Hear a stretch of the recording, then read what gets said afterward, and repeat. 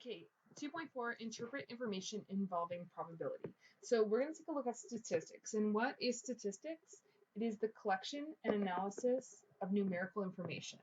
Okay, so let's write that down. The collection and analysis of numerical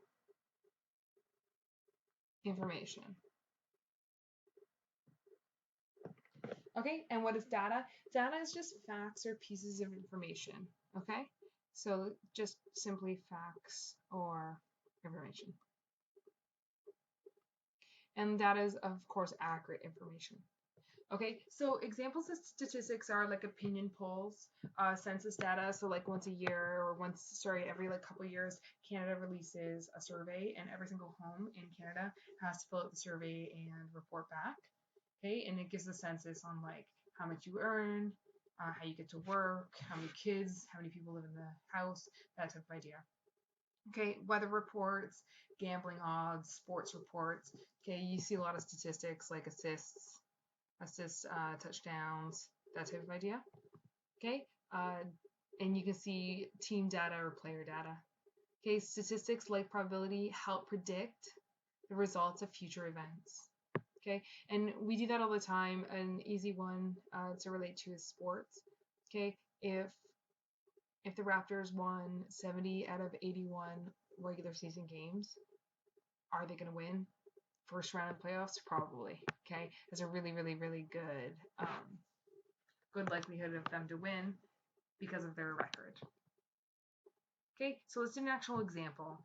So let's use statistics. GM, General Motors, OnStar service is a wireless communication system between a central call center and an OnStar enabled car. And you might see this, you might have seen it a couple of years ago. They had Tiger Woods on the OnStar commercial.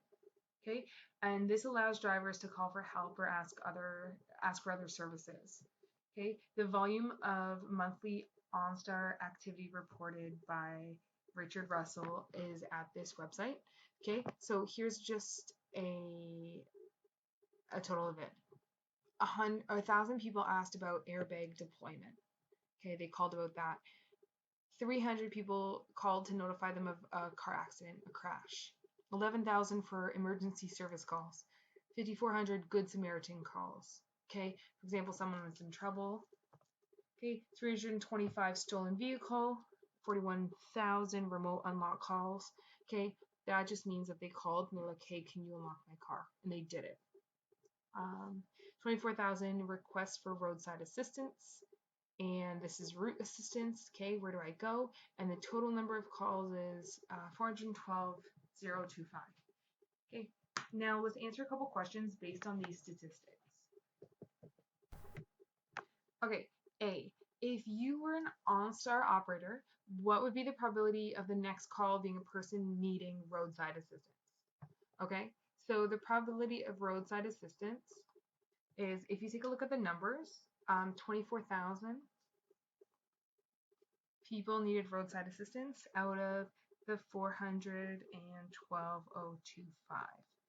Okay, so we can simply leave it like that as a fraction, or you can divide it and get 0.058 or 5.8%. So there's almost a 6% chance that the next person that you talk to is going to need the roadside assistance. B, if you were an OnStar operator, what would be the probability of the next call being a person needing their car unlocked? Okay, so probability of car unlocked.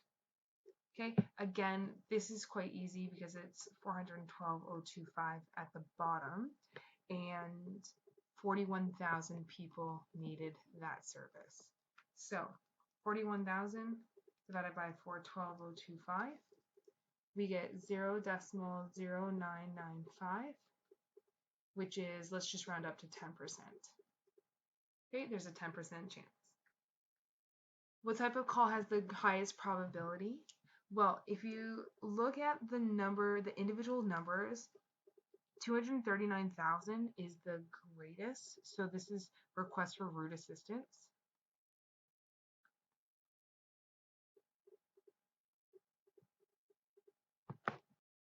distance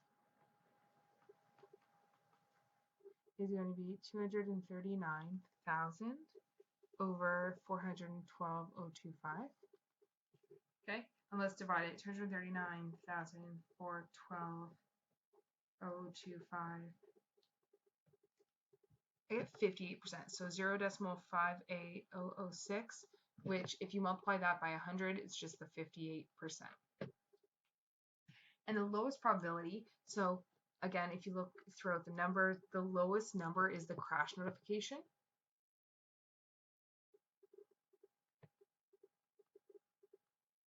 Okay, and the probability of a crash notification is just 300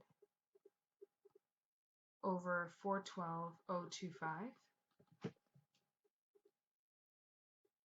412,025. I get 1, 2, 3, 4. Okay, so this is 0.07%. So not even 0.1%. So they don't get a lot of crash notifications based on the number of calls they get. All students at a high school were interviewed, so this is an opinion poll. Okay, and they were interviewed about whether they liked basketball, football, or both basketball and football, or neither of them. Okay, so first we're going to state the probability of each of these events as a fraction. So let's just set this up. So we're going to have to find the probability that they like basketball, the probability they like football, the probability they like basketball and football, okay, and the probability they like neither. Okay, so first, for basketball, there's 190 people that like basketball, 190. Okay, and what is that over? Well, in order to find out what that's over, we have to actually add up these four numbers. So we have to add up 190 plus 340 plus 565 plus 100. Okay, so 190, 340, 565, and 100. So there's a total of 1,195 people that were interviewed or that were surveyed in the opinion poll. Okay, and what is that as a decimal? Well, we simply just have to do 190 divided by 1195. So we get 0.159. Okay, same thing for football, 340 people like football out of 1195. Okay, and when we divide those, we get 0.285. Okay, basketball and football, we have 565. And that will give us 0.473. Let's round. Okay, and then neither of these sports, 100 people don't like either of these sports, and we get 0.08. Let's round to 4. Okay, if we were to add all of these up together, they would equal approximately 1, just because like the rounding error, but they'll equal approximately 1. Because we did 15%, 28, 47, and 8. Yeah, so 100%.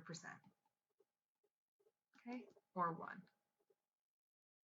So B, what is the probability that a student likes basketball but not football? So that's just simply the probability of B. Okay, if we multiply 0.159 by 100, we get 15.9%.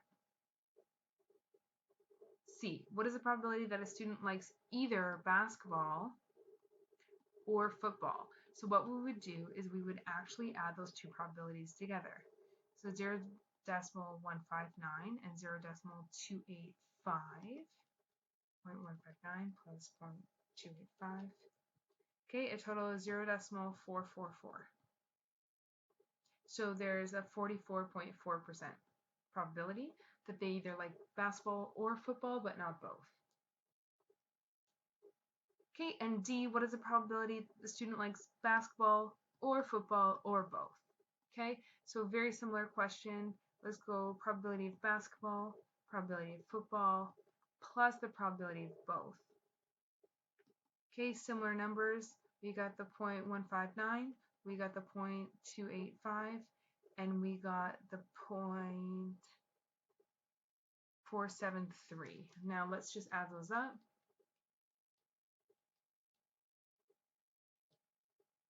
I believe it is 0.917. So there's a 91.7% chance that a student likes at least one or both of these sports. Example 3. Actual statistics from the NHL standings for some of the teams are, so we have 11 teams here. Okay, they're listed. So we have the ranking, so 1 to 11, top 11 teams, the team, GP and W, so games played and wins. Okay, so based on these statistics, predict the likelihood of winning for each of the following teams. So Pittsburgh, let's look up Pittsburgh. Okay, so they played 58 games and they've won 40.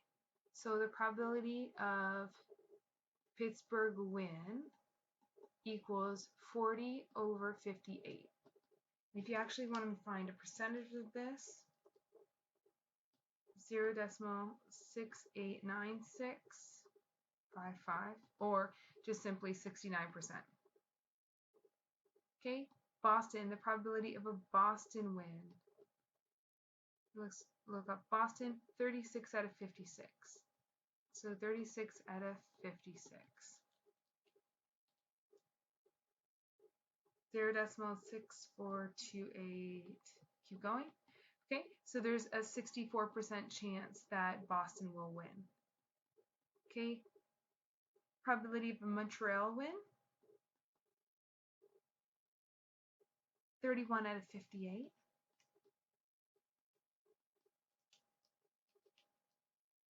Which is 0.534. Keep going. So let's just say 53%. And a Toronto win, which is 31 out of 59. So probability of a Toronto win is 31 out of 59. So just a little bit lower than the 31 out of 58. So 0.525. Keep going. So let's say 53% as well, but like a lower 53. Okay, so just note that the games played here is not uniform. They haven't played all the same number of games. We see that the games range from probably like 57 here to 60. Oh, even a 56 in there. Okay, and why are these percents not completely accurate? What other information must be taken into account? Okay, so they're not completely accurate because the games played are not equal. Okay, games played are not equal. Okay, also it depends on who you play as well, right?